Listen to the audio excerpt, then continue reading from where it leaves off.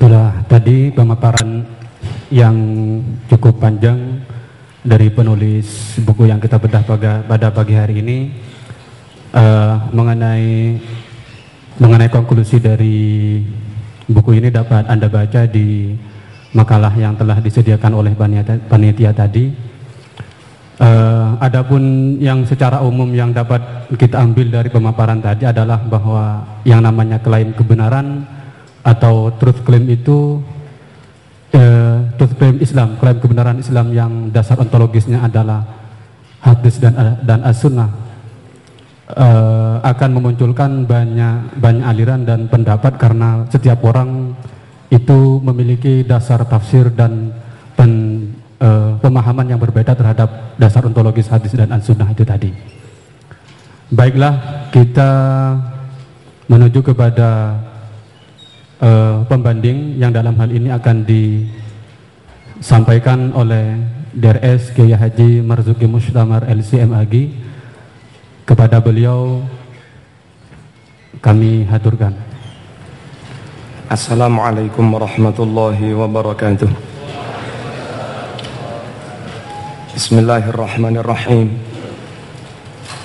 Innal hamdalillah nahmaduhu wa nasta'inuhu wa nastahdihi wa nastaghfiruh wa na'udzu billah min syururi anfusina wa sayyiati a'malina may yahdihillahu fala mudilla lahu wa may yudlil fala hadiyalah. Asyhadu an la ilaha illallah wahdahu la syarikalah wa asyhadu anna Muhammadan abduhu wa rasuluh la nabiyya ba'dah. Allahumma salli wa sallim wa barik ala nabiyyina Muhammad wa ala alihi wa ashabihi ajma'in, amma ba'd. Kiai Haji Abdullah Samsul Arifin sebagai pemateri yang kami hormati, para pejabat di lingkungan Universitas Brawijaya, di lingkungan Fakultas Hukum Universitas Brawijaya, para dosen yang sangat kami hormati, para tamu, mustami'in, mustami'at, hadirin hadirat, rahimakumullah. Saya tidak menjadi pembanding, saya akan menyampaikan beberapa hal yang menurut saya perlu disampaikan, bukan untuk menang-menangan, tapi saya sendiri ingin kehidupan umat Islam itu tentram, enggak ada cekcok, enggak ada permusuhan, dan musuh kita terlalu besar. Musyrikun menyerang kita, Nasara menyerang kita, Yahudi menyerang kita. Kalau musuh menyerang kita, kita masih juga bermusuh-musuhan antar teman sendiri, maka selesailah sudah. Ada guyonan di SMS, di HP, sekarang setan sudah istirahat, tidak mau lagi menggoda, mengganggu manusia. Bukan karena manusia sudah nakal, tapi justru sekarang setan takut khawatir nakalnya manusia. Karena kalau diukur-ukur, manusia sudah lebih jahat daripada setan. Jadi setannya takut. Bapak Ibu rahimakumullah, kehidupan saya di Malang, saya memang ketua NU. Tapi saya ingin berdakwah untuk semua. Diterima monggo, enggak diterima juga monggo. Dan alhamdulillah, terserah mereka jadi NU apa tidak, tapi asal sudah baik, mengikuti Quran Sunnah, menghormati para ulama, menghormati para sesepuh, menghormati orang-orang yang seharusnya dihormati, entah secara formal ngaku jadi NU atau tidak. Menurut saya itu sudah lebih baik daripada wis ora NU ngilok-ngilok ini pisan. Oleh karena itu, insya Allah jadwal khutbah dan pengajian rutin saya Di Malang itu perbandingannya 40-60, kalau tidak 50-50. 50 di masjid-masjid tanpa tongkat, 50 di masjid-masjid yang pakai tongkat. Saya kira ngerti sendiri. Atau bisa jadi yang 60 di masjid yang tanpa tongkat, yang 40 di masjid yang pakai tongkat.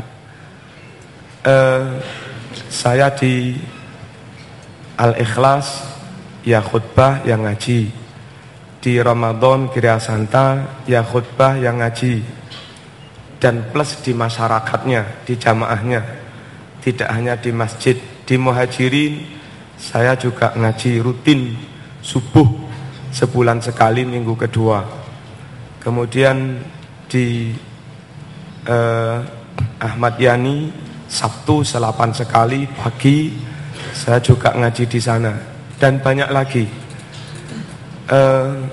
Dari komunitas-komunitas yang kelihatannya di luar NU, di luar tradisi NU, itu alhamdulillah setelah kita bergaul dengan mereka-mereka, menurut saya cukup kondusif, cukup baik situasinya sekarang.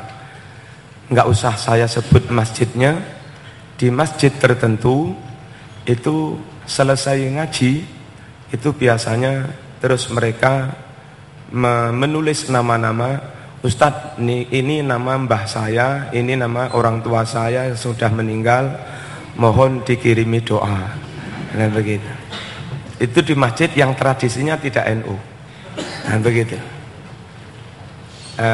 Jadi saya kira perkara mereka nggak masuk NU, urusan mereka, tapi amaliyahnya sedikit-sedikit sudah diterima.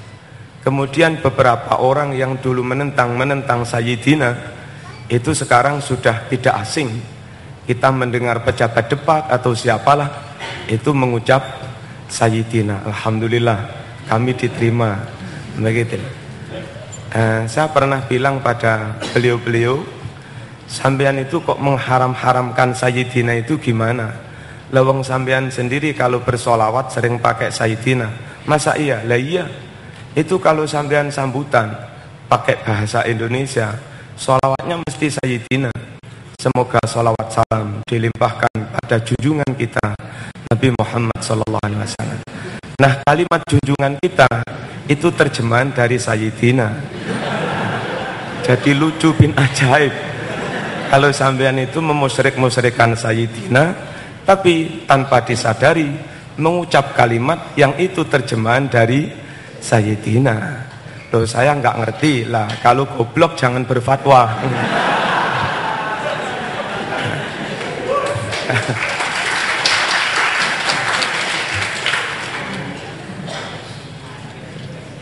Bapak Ibu rahimakumullah, siapa saya nggak tahu, wong duduk sudah loh jenengan tuh Pak,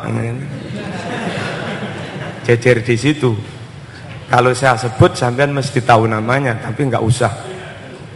Nah, ternyata beliau itu ini buka rahasia. Yang ngimami Yasin sama tahlil itu ya Bedawi, ketua MUI. Karena dekat kuping saya dengan lisan beliau, sejak awal Yasin sampai tahlil diikuti terus. Dan saya yakin beliau ngimami tahlil itu bisa. Karena Yasin ternyata hafal. Dan urut-urutan bacaan tahlil itu dia mengikuti semua, apal semua. Oh, berarti alhamdulillah tradisi kita sudah diterima. Gitu. Terlepas itu terpaksa atau tidak saya nggak tahu, tapi yang jelas beliau membaca itu. Bapak Ibu rahimakumullah, kalau di jamaah Gria Santa yang masjidnya nggak ada tongkat, adanya juga 1, tarawihnya 8. Di jamaahnya itu ada pengajian rutin,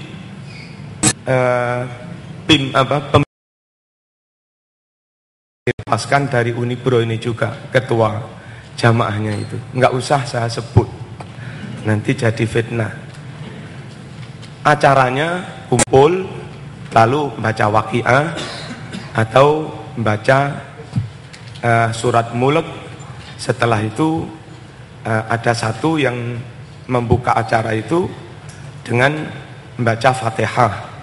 Nah saya biasanya yang sering rutin itu ngisi, saya ya Hamzawi, ya Hamzah itu Rais Syuriah, kemudian juga Pak Taufik, Ketua Muhammadiyah. Ketika saya disuruh Ustaz jenengan buka dengan surat Fatihah, saya nggak berani, khawatir saya nanti buka dengan tradisi saya ila hadrati, terus khawatir jadi fitnah, gitu.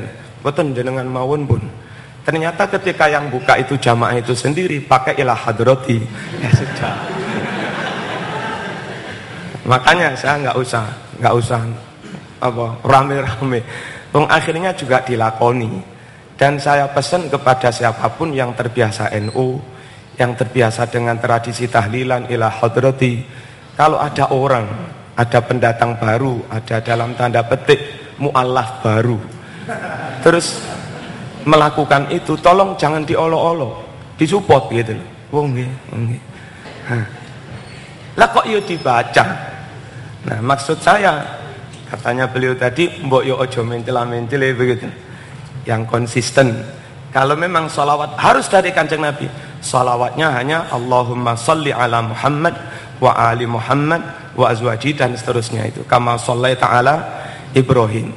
Jangan yang lain-lain. Semoga sholawat salam, jangan. Ya, sallallahu, jangan. Apa tadi? Wassalatu wassalamu ala asyrafil anbiya wal mursalin juga jangan. Nah, ini tentang redaksi sholawat. Terus kemudian tentang Sayyidina tadi sudah saya permasalahkan. Kemudian tentang Tarawih 20. Tarawih 20 itu gagasan Umar karena melihat ketika itu sahabat itu tarawih itu kacau. Ada yang rakaat sedikit, ada yang banyak, ada yang berjamaah fasalla rajulun ya wa shalla wara'ahu rahtun, kan begitu. Wa shalla rajulun akhar wa shalla wara'ahu ruhaid. Itu di hadis Bukhari begitu. Ada orang ketika Umar itu sidak ke masjid, ternyata orang sholat tarawih itu saenake dhewe. Ada yang rokaatnya sedikit, ada yang banyak. Terus banyak enggak jamaah. Lalu Umar berinisiatif, ayo jamaah semua. Diimami oleh Ubay bin Ka'ab. Satu imam, Ubay bin Ka'ab. Jangan kacau seperti ini. Sekalian rokaatnya disepakati 20. Yang riwayat rokaat 20 dari Umar dan para sahabat yang lain itu tidak dhaif, karena menurut Ibnu Taimiyah di kitab Al-Fatawa Al-Kubra, seperti yang dinukil kader PKS Ustadz Imam Syafi'i DPR Kabupaten yang dulu juga pernah dialog dengan saya, dia menukil ucapannya Ibnu Taimiyah di kitab Fatawa Al-Kubra, waqad tsabata an Umar wa ashabihi annahum qamu fi Ramadan bi 20 raka'atan, bahwasanya Umar dan para sahabat tarawih dengan 20 rakaat itu riwayatnya akurat, sabata, enggak lemah begitu. Nah, kalau yang panjenengan lemah berarti jenengan menentang Ibnu Taimiyah. Apa mungkin pengagum Ibnu Taimiyah abang menentang Ibnu Taimiyah? Nah, itu Umar dengan para sahabat mensepakati jamaah 20. Nah, anehnya jamaahnya diterima, 20-nya emoh dengan tuduhan bid'ah. Sebetulnya kalau yang dari Umar itu bid'ah, alasannya tidak dari Kanjeng Nabi, sekalian kedua-duanya jangan dilakukan. 20-nya ya jangan, jamaahnya juga jangan. Karena yang dari Umar itu bukan hanya 20-nya tok. 20-nya ya dari Umar, jamaahnya juga dari Umar. Kan lucu bin ajaib, dari Umar bid'ah, berarti jamaah tarawih juga bid'ah, 20 juga bid'ah. Tapi 20 emoh karena bid'ah, kalau bid'ah itu jamaah mau. Dan itu kan kalau mau konsisten, Umar itu bid'ah. Nah, kalau Umar itu bid'ah, tarawih jangan berjamaah dan jangan 20. Langsung merujuk pada Kanjeng Nabi yang tidak pernah menambah lebih dari 11, baik di Ramadan atau di luar Ramadan. 4 panjang lalu 3. Kalau ingin merujuk Nabi itu tok, moh yang Umar, 1, jangan jamaah. Karena dalam hadis itu enggak ada penjelasan sama sekali kalau Nabi melakukan 11 itu jamaah, enggak ada. Terus yang kedua, melakukannya jangan Ramadan tok. Karena bunyi hadis itu la fi Ramadan wala fi ghairi. Baik di Ramadan atau di luar Ramadan. Ngapain sampean Ramadan tok? Lawang 11 itu Ramadan dan luar Ramadan. Terus yang ketiga, jangan niat tarawih. Karena di situ nggak ada penjelasan dari hadis sama sekali bahwa 11 itu oleh Nabi dinati tarawih. Apalagi di kapling-kapling yang 8 tarawih, yang 3 witir, itu kapling dari mana? Cari, pokoknya hadis, di luar hadis jangan. Saya mau dawuhnya Ibnu Taimiyah, pokoknya hadis. Cari hadis yang mengatakan iki sing 8 iku tarawih Kang, sing 3 iku witir Kang. Enggak ketemu, sampai nduweh enggak ketemu. Berarti mengkapling-kapling itu tidak berdasar hadis. Apa juga bid'ah? Nah, begitu. Terus rincian 11 itu di hadis Bukhari tidak selamanya 8 plus 3. Ada yang masna fa idza khasyiya subha, ya, kalau Nabi sudah khawatir subuh terus shalla rakaatan wahidah tutiru ma qablahu. 2 10 ditutup 1. Terus ada juga riwayat Bukhari 4 ditutup 3. Ada juga riwayat Bukhari 2 6 ditutup 5, gitu. Nah, kalau persepsinya itu yang jangkep tarawih, yang 3 witir, oke lah. Kaplingan itu berdasar ijtihad, sing genep dianggap tarawih, yang ganjil dianggap witir. Karena yang jangkep itu 8, maka dianggap tarawihnya 8. Terus karena yang ganjil itu 3, maka dianggap witirnya 3. Kalau persepsinya yang jangkep itu tarawih, yang ganjil witir, terus dengan riwayat Bukhari satunya gimana? Yang 10 plus 1. Apa terus tarawihnya 10? Apa? Witirnya 1. Riwayat Bukhari satunya yang 6 plus 5. Apa tarawihnya 6? Terus apa? Witirnya 5. Andai orang itu terbuka saja, oh tarawih itu tidak harus 8 Kang, 6 ya oleh, enak, 8 ya oleh, 10 ya oleh, mending sik berpendapat gitu. Tapi takut lek gak ngene bid'ah dolalah neraka ngono itu apa nek gak sumpek gitu. Lek gak 8 plus 3 bid'ah, padahal hadisnya itu ada yang 10 plus 1. Masuk Bukhari bid'ah. Ada yang 6 plus 5. Masuk Bukhari bid'ah. Ini hanya bertanya saja sama jawab dewe. Saya akan bertanya. Kemudian Aisyah dalam meriwayatkan maksimal 11 tadi, Aisyah itu mengatakan begini, tanya pada Nabi, atanamu qabla an tutir ya Rasulullah, nopo panjenengan tidur sebelum witir wahai Rasulullah? Jawabnya Nabi, na'am innahu tanamu ainaya wala yanamu qalbi. Memang mata saya tidur, tapi hatiku enggak pernah tidur. Pertanyaan Aisyah tentang witir itu mengindikasikan kuat kalau yang dimaksud sholat malam maksimal 11 itu sholat witir. Makanya di Ramadan dikerjakan, di luar Ramadan pun dikerjakan. Dan memang witir itu begitu. Witir itu di Ramadan dikerjakan, di luar Ramadan dikerjakan. Kalau mau kapling, mau anggap yang 8 terawih, mestinya terawih nggak boleh di luar Ramadan. Jadi Nabi tadi malam sholat ngimami 11 rakaat. Oleh Nabi sendiri itu dinamakan sholat witir. Saya khawatir kalau saya jamaah terus, nanti jangan-jangan sholat witir diwajibkan. Nabi tidak mengucap begini, saya khawatir kalau yang terawih 8 plus witir 3 itu diwajibkan. Nabi nggak jawab begitu. Nah kalau Nabi menyebut tadi malam itu witir, ngapain kita menyebut itu terawih plus witir?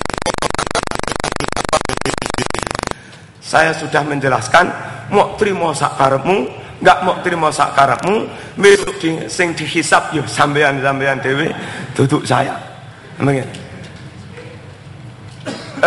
Selanjutnya ada yang lebih keras lagi. Dulu orang ini ngajar di PGA Jalan Bandung, yang anaknya pernah menjadi pimpinan laskar jihad. Bapaknya itu dulu jadi guru di PGA Bandung sini, Jalan Bandung sini. Nah, sampai mengatakan ini nggak saya tulis, ya, tanggal berapa saya lupa. Beliau mengatakan, wong saya dulu juga ngajar di situ. Umar bin Khattab yang tarawih 20 itu bid'ah, dan Umar ahli bid'ah. Jadi sampai bagaimana tentang Umar? Umar ahli bid'ah. Ini sampai menilai Umar itu ahli bid'ah. Tentu karena bid'ah, karena tarawih 20 plus jamaah, maka yang dibid'ahkan mestinya enggak Umar tok. Ya semua sahabat yang mengikuti jejaknya Umar dibid'ahkan semua. Dan kalau para sahabat itu dianggap bid'ah semua, sesat semua, pertanyaan selanjutnya, bagaimana tentang hadis Bukhari Muslim yang rata-rata diriwayatkan lewat sahabat yang tarawihnya 20 itu? Apa terus hadis itu kita tolak? Hadis innamal a'malu binniyat kita tolak? Ini kan riwayat dari Umar ahli bid'ah. Ini kan riwayat dari Ali ahli bid'ah. Begitu. Lah terus kalau hadis-hadis Bukhari Muslim kita tolak, alasannya karena riwayat dari Umar itu bid'ah. Terus kita pakai hadis mana? Ono sholat nggak ada rukuk, nggak ada sujud, ngene tok. Alasannya sholat tentang 5 waktu itu kan riwayat Bukhari dari sahabat Abu Hurairah. Lah Abu Hurairah menurut riwayat tarawih 20 kan ahli bid'ah. Makanya hadis sholat 5 waktu itu hadis diriwayatkan ahli bid'ah. Saya mau akhirnya ikut Quran tok. Quran nggak memperinci caranya sholat, nggak memperinci waktunya sholat. Paling-paling hanya disuruh sholat atau bertasbih pagi dan sore gitu tok. Wasabbihuhu bukratan wa asila. Bertasbihlah. Wa fi riwayatin dalam tafsir, sholatlah pagi dan sore. Moh sholat 5 waktu karena menolak hadis karena hadis itu diriwayatkan para sahabat yang tarawihnya 20 bid'ah. Dan kalau hadis itu tetap diterima, muncul permasalahan. Wong ahli bid'ah kok diterima? Ini kan ya repot juga. Terus Umar itu bid'ah apa enggak? Kalau Umar dan sahabat lain itu dihukumi bid'ah, sampean harus menolak hadisnya karena diriwayatkan ahli bid'ah. Kalau sampean menerima itu, berarti menerima hadis dari ahli bid'ah. Pertanyaan, terus kalau sampean terima alasannya Umar itu baik, tidak ahli bid'ah, maka secara tidak langsung sampean mengatakan tarawih 20 atau apalah itu bukan bid'ah. Mas, aku mau tarawih 20, apa bid'ah? Enggak. Umar apa bid'ah? Enggak. Yos pokok aku 8 ini ya. Itu bagus. 8, 6, 10, 12 tanpa membid'ah-bid'ahkan yang lain. Apa sampean 8? Sakarepku to, ngono dak bagus. Apa sampean 6? Sakarepku to, ngono to. Jadi enggak membid'ah-bid'ahkan yang 20 karena rentetannya panjang itu tadi. Ini tentang bid'ah. Kemudian menurut saya ini enggak tahu benar apa salah, tapi biasanya kalau di komunitas di luar NU pikiran ini agak bisa diterima. Begitu. Bid'ah itu ada 2. Ada bid'ah hakikotan bid'ah. Ada bid'ah yang lughatan. Dalam pengertian bahasa bid'ah. Kalau bid'ah dalam pengertian bahasa, pokok sesuatu itu baru tidak ada zaman Nabi, itu bid'ah. Makanya kalau saya membaca hadis Muslim, Aisyah mengatakan awwalu ma yuhdats, bid'ah yang pertama dibuat itu bukan sholat, bukan macam-macam, itu al-minkhol. Apa? Pakai ayaan itu apa namanya? Orang mau bikin roti saja, tepungnya mesti dihaluskan pakai ayaan. Di zaman Nabi enggak begitu. Makan roti, makan hasil dari adonan kasar-kasar pun mau. Pokok sudah ditumbuk begitu, diadoni jadi roti sudah. Nah, di zaman sahabat mulai agak modern, biar halus itu diayak. Itu oleh Aisyah disebut sebagai bid'ah. Umar bin Khattab ketika khawatir penghafal Quran mati, nanti Quran hilang. Nah, dia usul kepada Abu Bakar. Abu Bakar pun, gimana? kita melakukan sesuatu yang tidak ada di zaman Rasulullah. Ini kan bid'ah. Jadi yang namanya membukukan Quran, menghormati Quran, itu pun oleh Abu Bakar dianggap apa? Bid'ah. Padahal itu di luar sulbil ibadah, itu di luar inti substansi ibadah. Tapi beliau pun menyebut itu bid'ah. Nah, bid'ah itu ada yang pengertian bahasa pokok di zaman Nabi nggak ada, bid'ah semua. Harokat Quran bid'ah, titik Quran bid'ah, CD Quran bid'ah. Padahal yang memproduksi itu Saudi yang Wahabi itu. Wahabi anti bid'ah, tapi memproduksi besar-besaran CD Quran. Gimana ini? Kok bid'ah? Nah, ini bid'ah lughatan. Sampean pakai celana, pakai hem, ini juga bid'ah. Apa? Majelis pengajian dipakai begini itu bid'ah. Habis. Kurang berapa menit? Nggih. Enggak tak tutup nih. Ya, pokoknya yang begini menurut beliau tadi, kalau saya persis zaman Kanjeng Nabi naik kuda atau unta, turun teko Unibro, lah beliau naik mobil, itu juga bid'ah dalam pengertian bahasa. Bid'ah lughatan, bid'ah dalam pengertian bahasa, itu yang hukumnya ada 5. Bisa mubah, bisa wajib, bisa sunnah dalam arti diberi pahala, bisa makruh, bisa haram. Inul joget-joget tanpa merudel, itu nggak ada di zaman Kanjeng Nabi. Makanya itu bid'ah. Dan karena bid'ah itu plus ada kemungkaran maksiat, itu bid'ah haram. Begitu. Kemudian begini-begini membuat diskusi semakin nyaman. Yang belakang bisa melihat, kalau tetap seperti zaman Nabi, roto di lantai, iya oleh ustadz dukur, oleh ustadz ndek, sing manggen buri ndek pisan, kan nggak ketoro. Ini bid'ah dibuat untuk memudahkan tolabul ilmi, dibuat untuk memudahkan majelisul ilmi. Karena majelis ilmi itu baik, maka yang mendukung kebaikan hukumnya juga baik. Sunnah, Unibro sunnah, fakultas hukum sunnah. Nah, begitu. Terus ada yang makruh. Ya, makruh itu sesuatu yang baru, yang tidak ada di zaman Kanjeng Nabi, dan karena lughatan di luar masalah ibadah yang hakiki, di luar bid'ah yang hakiki, yang itu malah sedikit mengganggu. Misalnya begini, Nabi menganjurkan supaya soft depan dipenuhi. Nah, ketika sampean itu datang bareng dosen sampean, jatah soft depan itu tinggal 1 orang.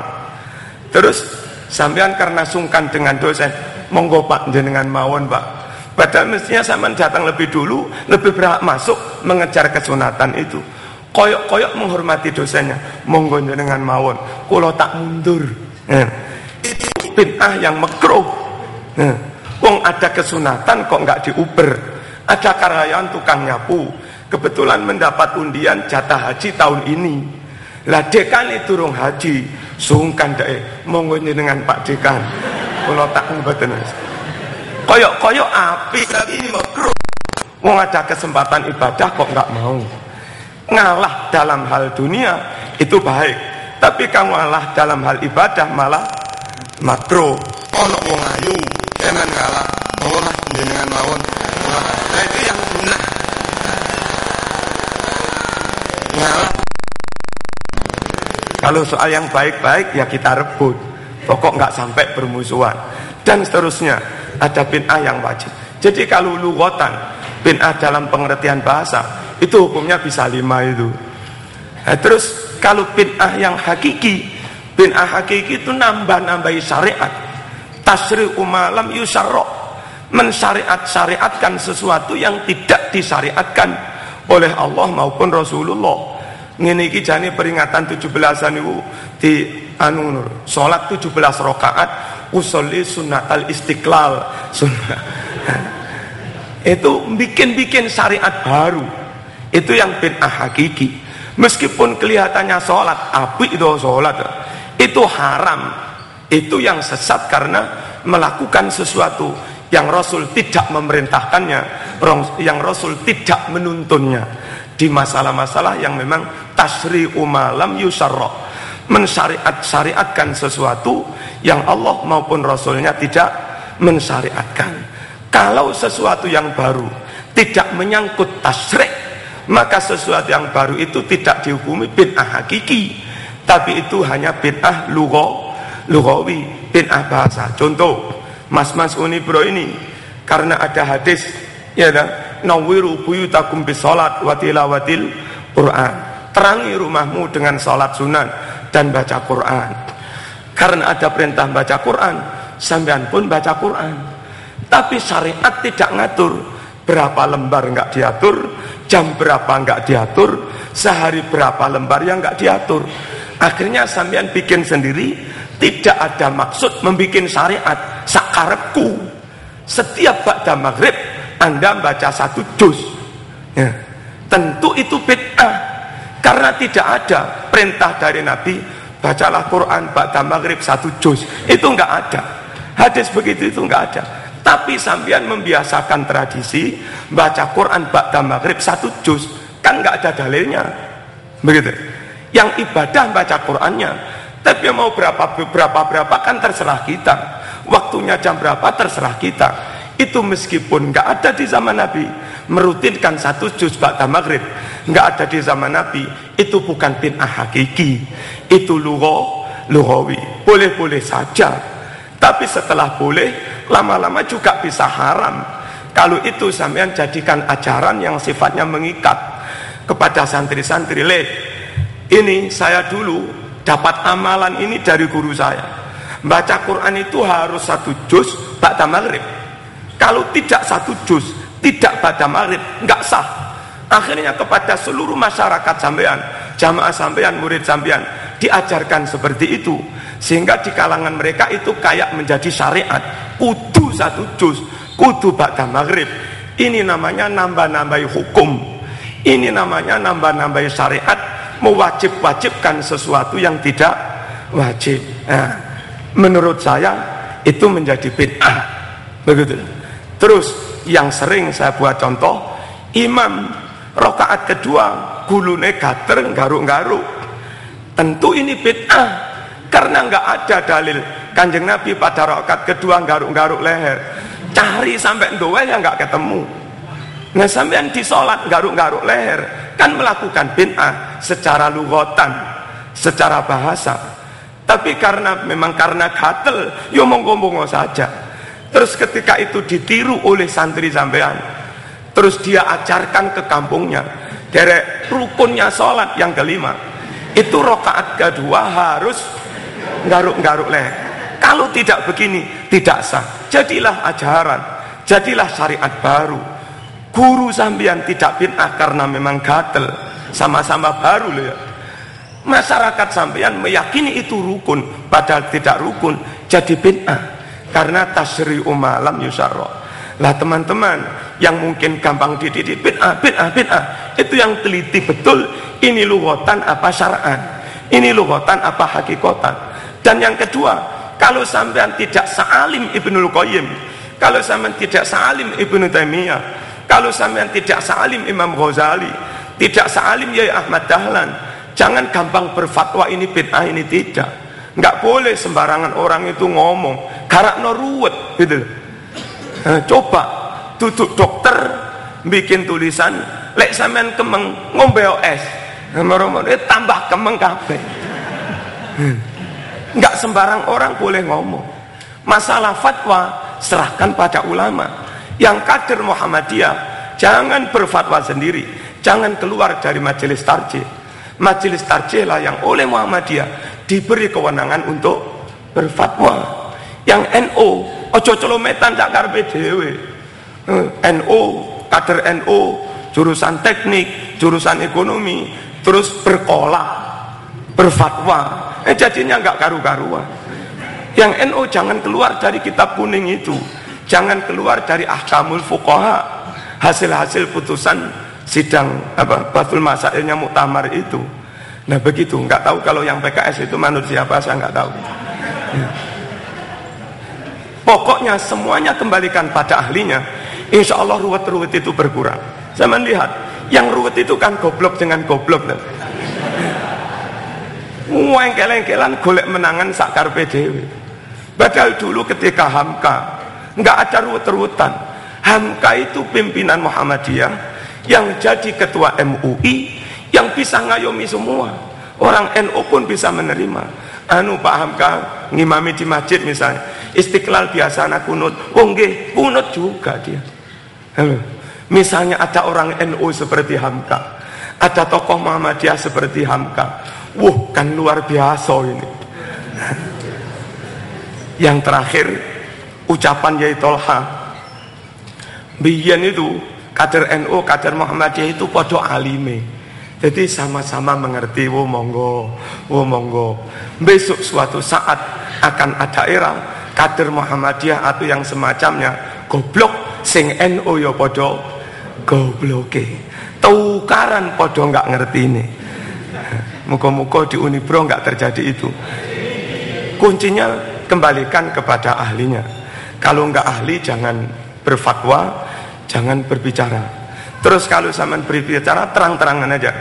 Menurut golongan kami, fatwa Ibnu Taimiyah begini. Orang lain bersikap, ikut sakarepku, gak ikut sakarepku. Wong saya bukan Wahabi. Ojo kok menurut Islam begini, lek enggak ngene kafir. Ojo kok koyo Ibnu Taimiyah itu satu-satunya ukuran Islam, lek beto karo Ibnu Taimiyah kafir kabeh. Lewong muridnya Ibnu Taimiyah saja, Ibnul Qayyim itu kadang-kadang juga beda dengan Ibnu Taimiyah. Kalau ukuran satu-satunya Ibnu Taimiyah, apa Ibnul Qayyim yo kafir bisa? Terus yo apa ini? Wallahu a'lam bishawab. Ini saya banyak mengutip dawuh-dawuhnya Ibnul Qayyim itu. Tak beri satu aja ya, biar sampean bisa mengukur saya ini sama dengan Ibnul Qayyim atau tidak. Karena yang sering diangkat kan Ibnul Qayyim al-Jauziyah, Ibnul Qayyim kan begitu. Ya, barangkali kelewatan. Nopo kelewatan ini? Barangkali ada yang kelewatan. Ibnul Qayyim kitab Ar-Ruh halaman 11, kanatil ansar idza mata lahumul mayyit ikhtalafu ala qabri yaqra'una indahul Qur'an. Sahabat Ansor itu punya kebiasaan kalau ada mayit yang mati itu terjemah letterlek. Kalau zaman-zaman guyu ada mayit yang mati, ya mesti mayit itu mati. Idza mata lahumul mayyit. Nah, kalau terjemah bebas, sahabat Ansor itu punya tradisi kalau ada temannya yang mati, mereka bergantian baca Quran di makamnya situ. Dapat satu juz ganti temannya, dapat satu juz ganti temannya. Itu menurut Ibnul Qayyim dalam kitab Ar-Ruh halaman 11. Percaya sakaremu, gak percaya ya sakaremu. Mok meloki sakaremu. Loh kok ngono tiba Ibnul Qayyim? Ya aja gampang dadi kagetan ngono. Mulane maca sing akeh dan pengajian itu jangan hanya dari satu kelompok tok. Garakno kagetan. Loh.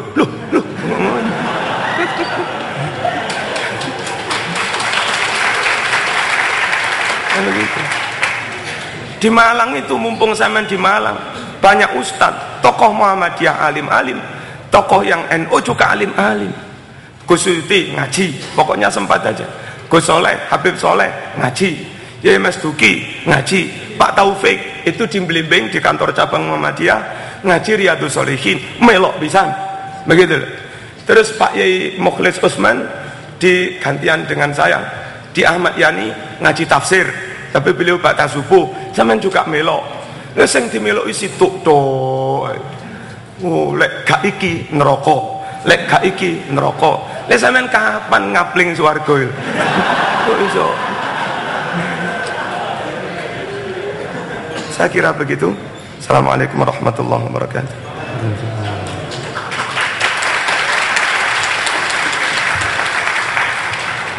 Terima kasih disampaikan. Saya rasa apa yang disampaikan oleh Ustadz Marzuki tadi adalah satu penegasan dari apa-apa yang telah disampaikan oleh penulis buku yang kita bedah pada pagi hari ini.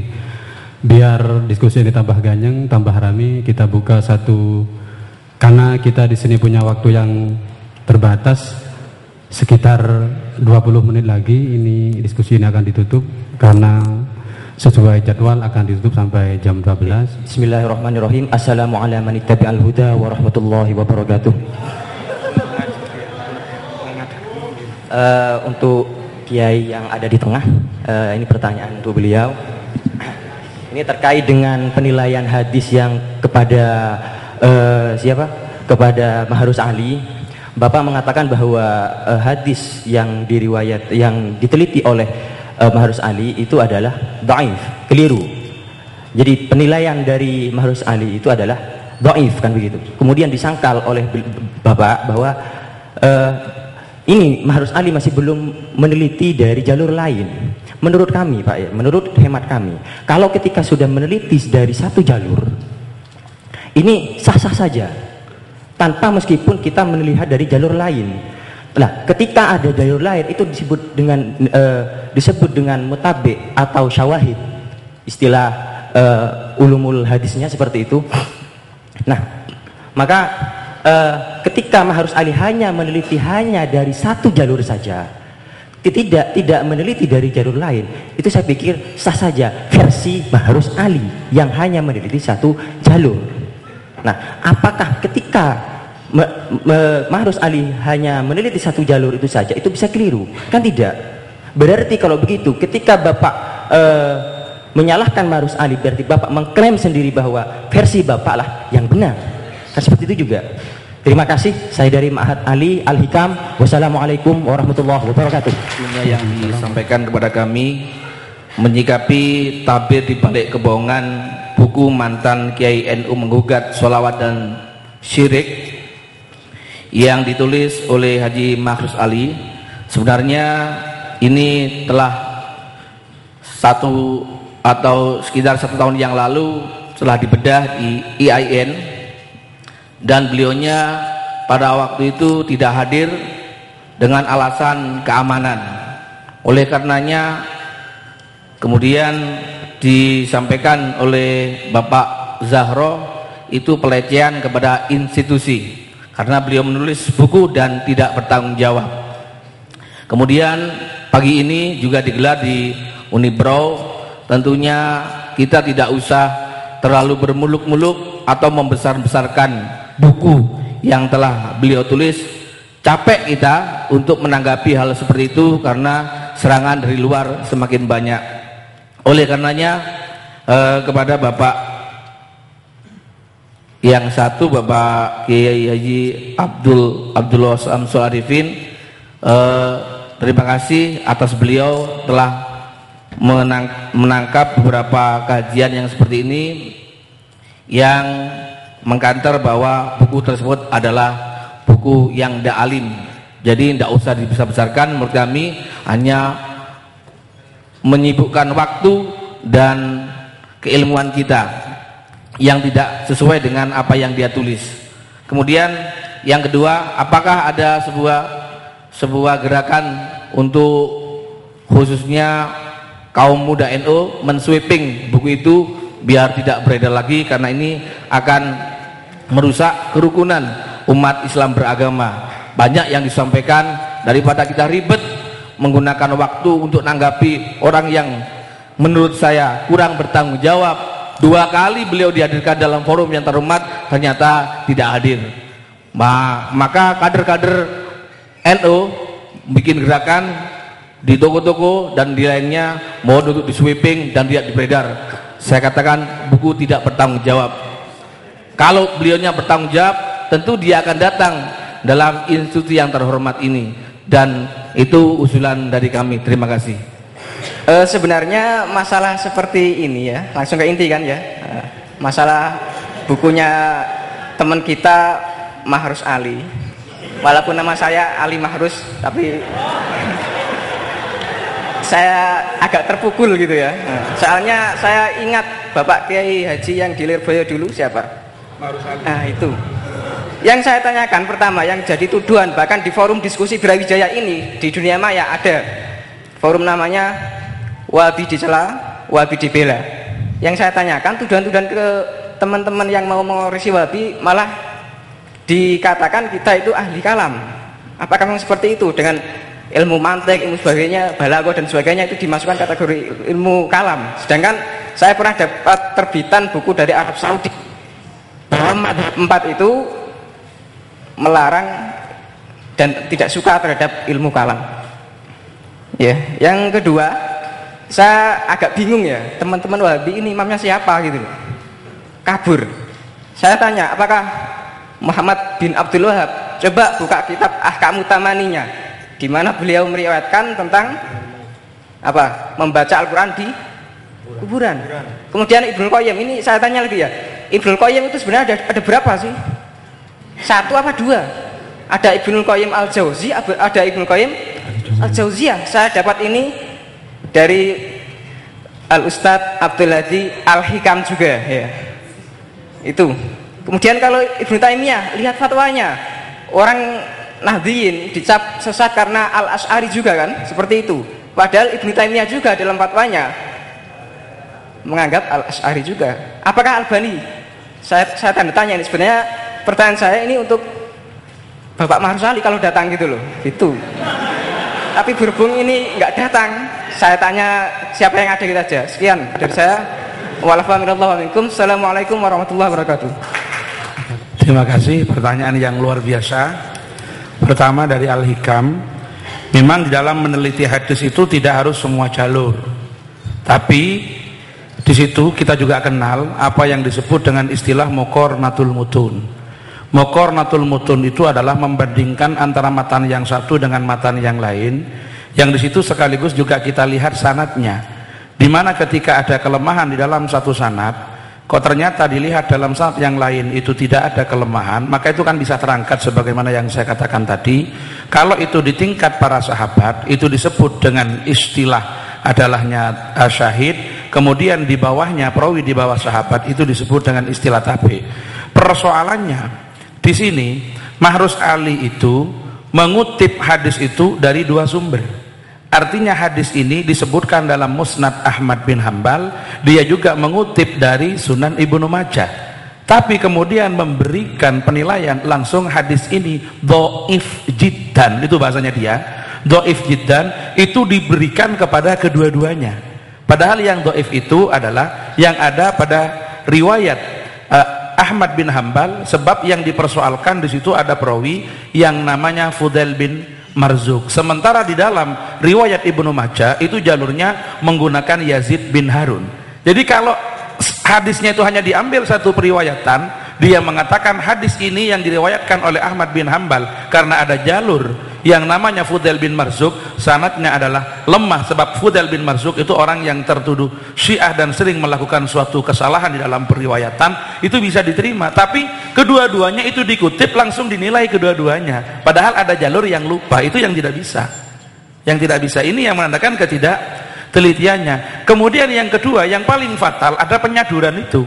Penelitian itu dilakukan oleh Haji Mahrus Ali, di mana di dalam Zadul Ma'ad hanya dimunculkan hadisnya, tidak disebutkan nilainya daripada hadis itu oleh Ibnul Qayyim. Sekaligus jawab di sana, yang saya tahu Ibnul Qayyim itu satu, cuma menyebutnya begini. Kalau menyebut Ibnu Qayyim itu diteruskan dengan Al-Jauziyah, tapi kalau disebut dengan Ibnul Qayyim titik tanpa diberikan dengan Al-Jauziyah, jadi bukan 2. Menyebutkannya bisa Ibnu Qayyim Al-Jauziyah atau Ibnul Qayyim tok. Gitu. Jadi alnya itu pengganti daripada Al-Jauziyah. Memang rawan ini ada yang menganggap itu ada 2 orang, tidak. Itu 1 orang, tapi bisa disebut dengan 2 ungkapan yang berbeda.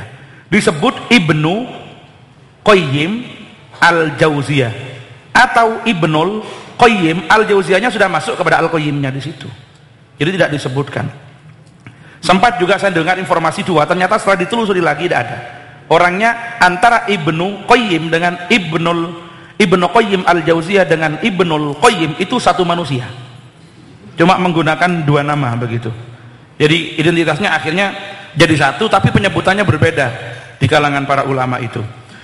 Lah Ibnu Qayyim di situ, ya Ibnu Qayyim Al-Jauziyah atau Ibnul Qayyim di dalam Zadul Ma'ad di situ ternyata hanya mengutip hadis ini tanpa memberikan komentar. Nah, hadis itu diambil oleh Haji Mahrus Ali dari kitab Zadul Ma'ad, kemudian dia komentari, baru terakhir setelah komentarnya dia, hadis ini dhaif jiddan, di belakangnya dikasih footnote Ibnul Qayyim al-Jauziyah. Ini seakan-akan yang menilai kan Ibnul Qayyim al-Jauziyah, padahal yang menilai dia, bukan Ibnul Qayyim. Ini yang saya katakan tadi, ada pelacuran di situ. Jadi mengutip satu pendapat, menisbatkan pendapat kepada orang lain, padahal itu bukan pendapatnya. Jadi kalau hanya persoalan ngambil satu hadis tapi dijelaskan yang ada dalam sanad ini lemah, itu boleh, Mas. Cuma kalau hadisnya itu semuanya sanadnya diambil, semua jalur diambil, diteliti satu, dihukumi dhaif semua, itu salah. Gitu. Jadi saya mengatakan salahnya di situ tadi. Salahnya dia munculkan dua riwayat Ahmad dan satu riwayatnya Ibnu Majah, yang diteliti hanya riwayat Ahmad, kemudian dijadikan penghukum terhadap hadis yang juga diriwayatkan Ibnu Majah.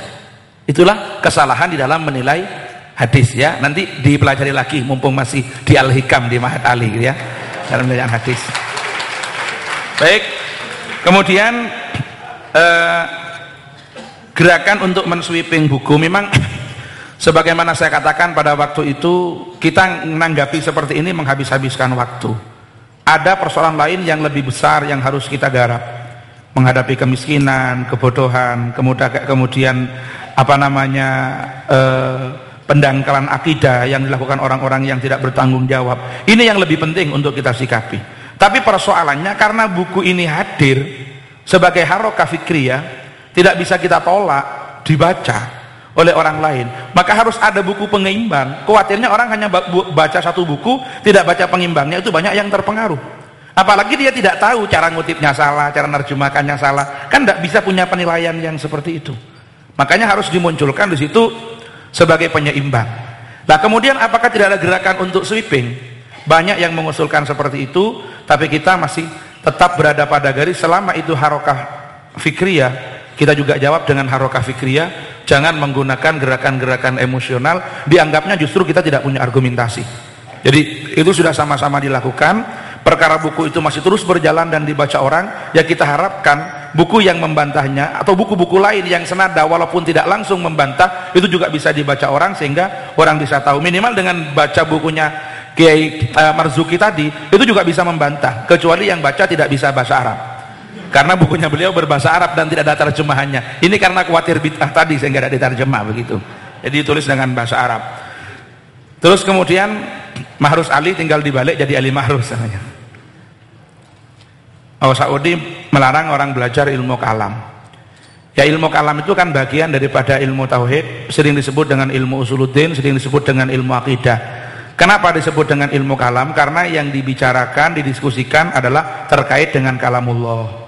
Kenapa disebut dengan ilmu tauhid? Karena di situ yang didiskusikan tentang bagaimana mengesahkan Allah. Kenapa di situ disebut dengan ilmu usuluddin? Karena yang dibahas tentang dasar-dasar agama. Kenapa di situ disebut dengan ilmu akidah? Karena membahas tentang sistem keyakinan. Apakah Saudi melarang? Bahasanya begitu, tapi mereka tidak bisa lepas dari pembahasan ilmu kalam. Justru sekarang ini kita juga terjebak. Kesalahan orang gampang menilai syirik, menilai kufur kepada orang lain, itu karena terpengaruh dengan pembagian ilmu kalamnya ala Ibnu Taimiyah tadi. Ibnu Taimiyah ini yang memulai membagi tauhid menjadi 3. Yang pertama disebut dengan tauhid uluhiyah, tauhid rububiyah, tauhid uluhiyah, dan tauhidul asma wa sifat. Itu yang membagi pertama Ibnu Taimiyah. Dan buku itu sekarang sudah, pembagian itu sudah banyak ditolak oleh orang, banyak dibantah. Orang yang dia mengatakan bahwa Nabi datang ini untuk menegakkan tauhid uluhiyah. Sebab orang-orang musyrik dahulu sudah bertauhid secara rububiyah. Karena ketika mereka ditanya siapakah Tuhanmu, mereka akan mengatakan Allah. Mereka masih menjadikan sesembahan selain Allah. Lah itu sudah ditolak, bahwa tugas Nabi itu bukan semata-mata tauhid uluhiyah, tapi juga tauhid rububiyah. Karena pertanyaan dalam Al-Quran bukan alastu bi ilahikum, tapi juga alastu bi rabbikum. Banyak itu tolakan-tolakannya. Nah ternyata berangkat dari situ, mereka itu menganggap kita ini sudah bertauhid secara rububiyah. Orang yang bertawassul, beristighosah itu akhirnya dipendungi dari situ. Ini bertauhid secara rububiyah. Kenapa? Karena dia sudah mengakui Allah sebagai Tuhan dan tidak ada pencipta selain Allah. Tapi belum bertauhid secara uluhiyah. Kenapa? Karena masih menjadikan sesembahan selain Allah. Ya lagi-lagi menganggap kita bertawassul itu kita menyembah kepada mutawassil bih itu. Jadi orang Saudi bukan tidak mau sama ilmu kalam, mereka juga masuk terjebak ke sini. Walaupun tidak, kadang-kadang ada yang tidak mau melakukan penyebutan nama itu. Ya saya kira itu sudah saya jawab semua pertanyaan yang masuk. Makanya karena tadi pertanyaan sebetulnya mau ditanyakan ke Mahrus Ali karena tidak datang, dilemparkan ke saya, maka jawabannya juga jawaban versi saya begitu. Jadi untuk lebih jelasnya ya silahkan dilihat pada buku yang ada itu. Makasih. Terima kasih. Kalau Yai Hashim Muzadi punya murid, lalu murid-murid itu ada yang cerdas, daya ingatannya kuat, nyatet. Lalu ada lagi murid yang lalian, goblok, begini. Nah, kemudian ajarannya Yai Hashim itu sampai pada masyarakat. Ada yang lewat santrinya yang goblok tadi, ada yang lewat santrinya yang cerdas-cerdas, ingatannya kuat, dan mereka soleh. Nah, ini kalau riwayat yang doif itu hanya dari jalur yang murid lalian itu, gampang gendaan, lalian, itu tok yang dihukumi doif, iya. Tapi kalau di Kebiahuyah yang lewat mas ini kan Ali Makhrus ini soleh kan, ini juga menyampaikan ajarannya Yai Hashim Muzadi, dan ini apalannya kuat, merekam, mencatat, mengamalkan. Tentu yang lewat ini kan riwayatnya kuat, akurat, valid. Dan kalau ini juga dianggap lemah, kan yang ngawur itu. Begitu. Jadi seperti kasus ini tadi, yang lemah ya lemah, yang sahih ya sahih, atau yang hasan menjadi tetap hasan, dan istilahnya yang lemah tadi menjadi hasan li ghairihi, yang hasan tetap hasan, yang lemah menjadi hasan li ghairihi. Jangan kok yang lemah-lemah yang hasan menjadi lemah. Opo gobloke sampean menjadikan mas ini jadi goblok juga? Kan ya enggak. Justru pintere mas ini iso membuat sampean pinter, sama nanti diralat. Oh gak ngono mas, iki lho rekamane. Oh iya. Jadi yang pinter bisa bikin yang goblok menjadi pinter, bukan kok yang goblok bisa bikin yang pinter menjadi goblok. Ini ilmu kalam ini. Itu mantek. Terus orang yang merasa nggak perlu balaghah dan sebagainya dalam memahami Al-Quran, itu tidak mungkin.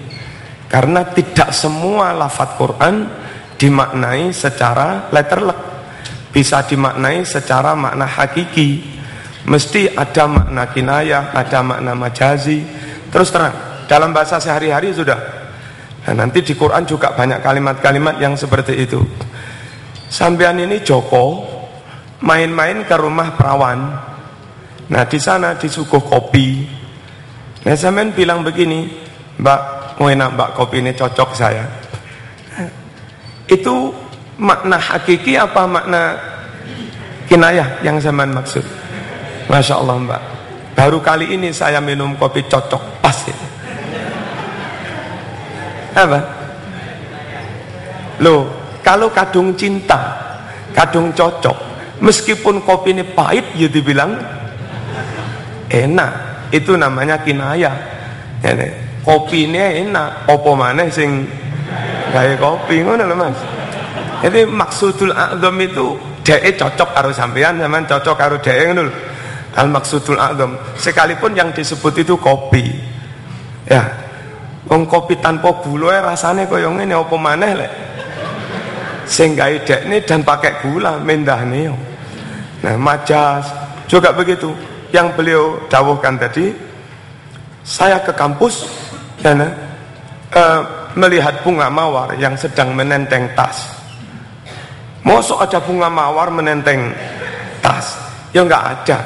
Maksudnya bunga mawar itu mahasiswi cantik secantik mawar, bukan kok bunga mawar temenan. Nah, majas seperti itu banyak dalam bahasa sehari-hari. Misalnya saya ngomong ke istri, "Apa Dik sampean? Niki lho tasik masak sego." Ya, itu majas juga. Jare sampean lha apa sego dimasak? Tapi kalau nggak ngomong begitu ya panjang jadinya. Saya mas masih masak beras, tak campur dengan air, tak udek-udek, kompor tak hidupkan agar nantinya dari sego. Lah sopo mau ngomong panjang-panjang begitu? Ya, zaman bilangnya masak sego. Dari Lamongan naik apa mas? Naik sepur. Kan gitu aja kan? Zaman bilangnya naik sepur. Padahal yang sama naiki itu satu jok kecil yang ada di salah satu gerbong di sepur itu. Nah, apa ya sampean?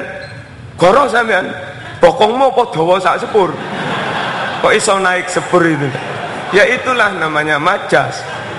Ya dzikrul kul wa iradatul ba'di. Yang disebut semua bendanya sepur, yang dimaksud hanya jok satu itu.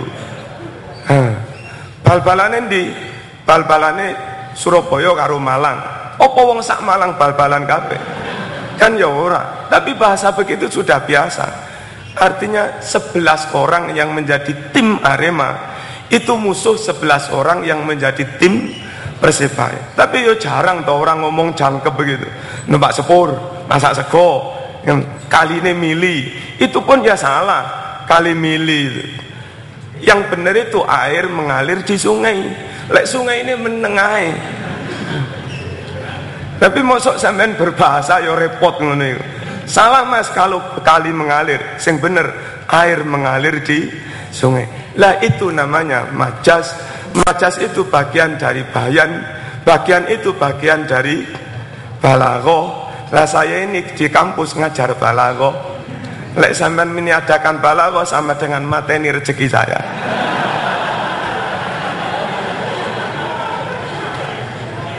Enggak, supaya Quran itu pemahamannya pas,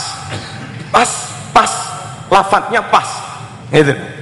Itu perlu ada alat yang namanya balaghah dan sebagainya itu. Kemudian nambah sedikit, menurut saya kalau sweeping jangan. Tapi misalnya sampean atau siapalah dengan beberapa orang matur ke polisi, matur ke kejaksaan, akhirnya menjadi perdebatan di meja hijau. Terus diputuskan buku ini harus tarik karena menimbulkan ruwet-ruwet. Nah itu monggo, kan boleh-boleh saja karena zaman sebagai kader NU merasa dirugikan. Lah orang yang merasa dirugikan kan boleh loh. Menggugat apa itunya. Menggugat juga boleh. Begitu loh. Tapi kalau sampai sweeping ojo. Sepisan itu tadi. Wong fikriyah kok dilawan dengan badaniyah. Yang kedua, malah seneng kono. Neng to kontek didrop maneh laris tambah. Ini tambah nyeneng nih wong. Tapi enggak apa-apa sampean bolone tadi.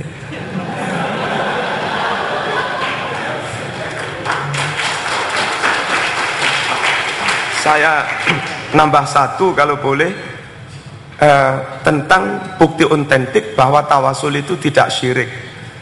Tawasul itu oleh orang berdoa tidak langsung kepada Allah. Bukan begitu tawasul itu. Kalau tidak tawasul itu disuruh doa langsung berdoa. Kalau tawasul disuruh doa tidak langsung berdoa. Jadi tidak langsung berdoa itu beda dengan berdoa tidak langsung. Ngerti? Ndonga langsung ndonga itu tidak tawasul. Tapi kalau ndonga nggih tak wudu dhisik. Mari wudu salat hajat atau salat syukrul wudu. Mari ngono terus maca Quran, Yasin atau apalah terserah. Orang-orang lek bid'ah maca Yasin. Selesai baca Yasin, baca sholawat ping 10 apa berapa, habis itu berdoa, ya Allah mohon wudu, salat hajat, Yasin, sholawat engkau terima. Yang kedua kami mohon berkat fadilahnya Yasin, salat hajat, wudu, mohon jodoh saya segera datang. Amin ya rabbal alamin. Ini namanya tawasul dengan amal. Sama-sama langsung kepada Allah. Yang pertama itu ndonga, ya Allah jaluk jodoh. Itu langsung ndonga, tidak tawasul. Kalau yang tawasul, ya Allah berkat ini kami mohon ini. Dia langsung kepada Allah. Enggak ada wali yang menengahi, yang mengantarai antara dia dengan Allah. Mintanya langsung kepada Allah. Cuma berdoanya tidak langsung berdoa. Amal soleh dulu. Itu namanya tawasul dengan amal. Yang Ibnu Taimiyah itu membolehkan. Nah, kalau tawasul itu dianggap syirik dengan tujuan minta-minta kepada selain Allah, maka tawasul dengan amal pun ya syirik, karena amal itu bukan Allah. Kalau sampean tawasul dengan amal, berarti kayak sampean minta-minta kepada amal. Lah amal itu kan selain Allah, kan syirik juga. Kalau tawasul dengan amal tidak diartikan minta-minta pada amal, maka sebetulnya tawasul dengan Rasul itu juga tidak dimaknai minta-minta pada Rasul. Yang itu tadi riwayat dari beliau tadi, setelah si Dorir, si buta itu wudhu, terus berdoa, Allahumma inni as'aluka wa atawajjahu ilaika binabiyyika Muhammadin nabiyyir rahmah. Delon pahamono, apa ini ada nabi yang mengantarai dia dengan Allah? Coba artinya begini, ya Allah, sungguh aku meminta padamu. Loh, langsung Allah. Jadi kalau dituduh syirik minta pada nabi, enggak. Ya Allah, sungguh aku minta padamu ya Allah. Wa atawajjah, ku hadapkan diriku ilaika padamu juga. Binabiyika, terserah. Bi itu bisa dimaknai ma'iyah, bisa dimaknai isti'anah, dengan pertolongan, dengan syafaatnya Kanjeng Nabi. Jadi kita minta pada Allah dengan syafaatnya Kanjeng Nabi. Kalau bi itu ma'iyah, minta kepada Allah bebarengan Kanjeng Nabi. Sahabat berdoa bersama Kanjeng Nabi, binya ma'iyah, minta kepada Allah bebarengan Kanjeng Nabi. Kita secara fisik nggak bisa bareng Kanjeng Nabi. Bi itu maknanya isti'anah. Ya Allah, dengan pertolongan, dengan syafaatnya Nabi, kami minta ini ya Allah. Mintanya kepada Allah. Kalau dituduh syirik dengan tujuan minta-minta pada Muhammad, ya tujuan yang salah alamat toh. Wong tidak minta-minta pada Muhammad. Ziarah Sunan Ampel, selesai baca Yasin seterusnya, ndongo imame itu, pimpinan rombongan ndongo. Mulane ngerti bahasa Arab, cek ngerti isine. Dongana ya Abdullah itu.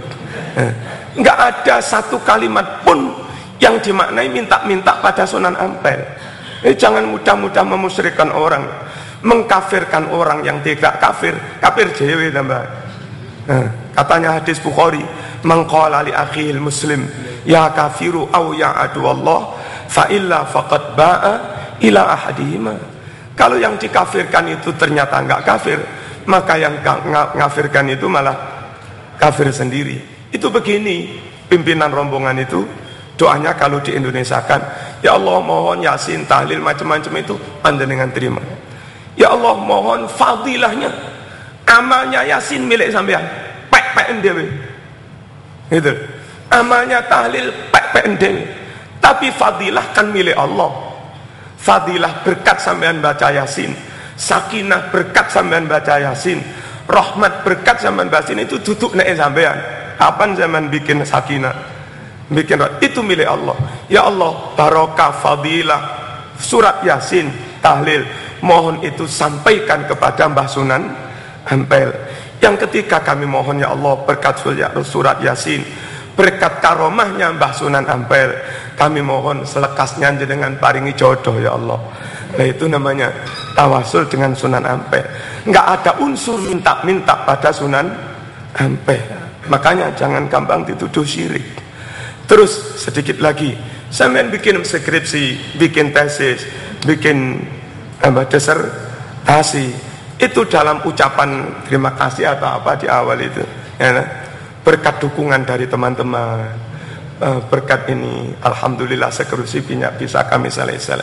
Enggak sampean selesaikan dewi, ya berkat orang-orang itu tawasul itu namanya.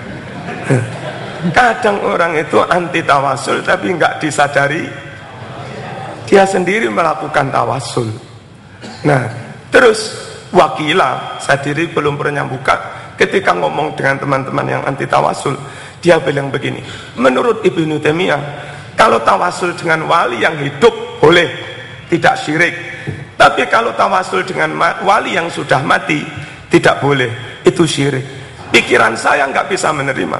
Kalau tawasul itu dipahami minta-minta kepada wali dan itu syirik. Sebetulnya minta pada siapapun selain Allah, bahwali urip, bahwali mati, kan ya syirik semua.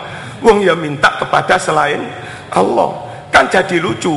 Misalnya nyembah berhala, lek berhalane urip enggak syirik, tapi lek berhalane mati syirik, kan jadi lucu. Jadi kalau minta-minta pada selain Allah itu syirik, bahwali urip, bahwali mati ya syirik kabeh, kan begitu. Ini yang pikiran goblok nggak bisa menerima ini. Entah kalau saya bisa menerima, saya nggak tahu. Nah, saya kira begitu. Tambahan sedikit tentang tawasul. Jadi tawasul itu tidak langsung berdoa, bukan kok berdoa secara tidak langsung, ya, tidak langsung berdoa. Kalau tidak tawasul, disuruh berdoa langsung berdoa. Saya kira demikian. Assalamualaikum warahmatullahi wabarakatuh. Sebelum diskusi ini ditutup, mungkin ada kata-kata terakhir yang ingin disampaikan oleh kedua pemateri begitu. Gitu. Karena season kedua tidak jadi dibuka, saya nambah sedikit juga. Jadi sebagaimana dikatakan Kiai Marzuki tadi, Ibnu Taimiyah itu orang Wahabi memperbolehkan tawasul dengan orang yang masih hidup, kemudian dengan orang yang mati tidak boleh. Ini yang memang fatal. Kita tidak pernah menganggap orang yang ditawasul itu punya kekuatan.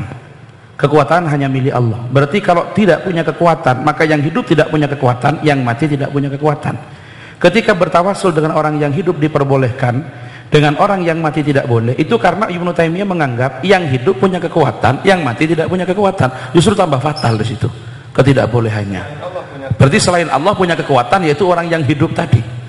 Ini ada pernyataan seperti itu. Jadi cuma persoalannya karena ini tidak dipahami, jadilah seperti itu. Ucapan terakhir yang perlu saya katakan, kalau ada pohon diterpa angin, pohon itu tumbang.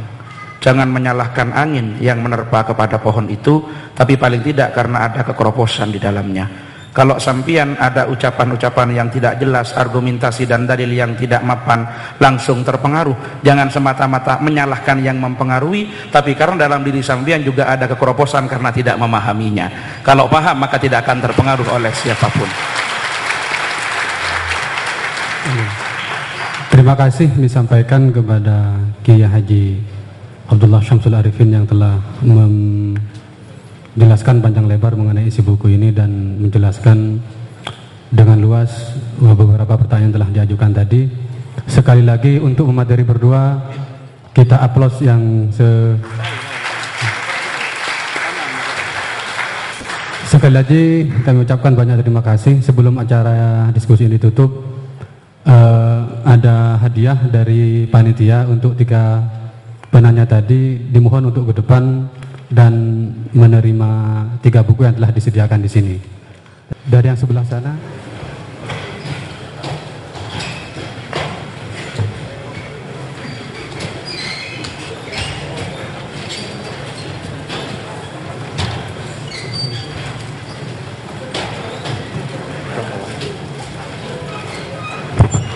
Sekali lagi disampaikan banyak terima kasih, khususnya lebih-lebih kepada kedua materi yang telah bersedia hadir pada kesempatan yang berbahagia ini, juga kepada para audien yang telah menyediakan waktu untuk mengikuti diskusi ini. Adapun konklusi dari diskusi ini, saya yakin sudah ada di benak dari peserta semua sekalian dan tidak perlu kami ringkas begitu. Akhirnya itu saja yang dapat saya sampaikan. Kurang lebihnya saya minta maaf atas pemandu di sini. Kurang lebihnya minta maaf. Wabillahi taufiq wal hidayah. Wallahul musta'an wa alaihi tuglan. Assalamualaikum warahmatullahi wabarakatuh.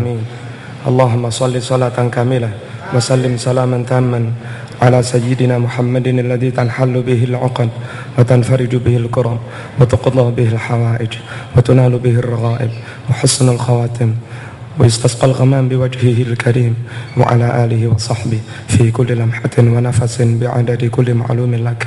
اللهم صل على سيدنا محمد صلاة تنجينا بها من جميع الأهوال والآفات وتقضي لنا بها جميع الحاجات وتطهرنا بها من جميع السيئات وترفعنا بها عندك على الدرجات وتبلغنا قصى الغايات من جميع الخيرات في الحياة وبعد الممات إنك على كل شيء قدير.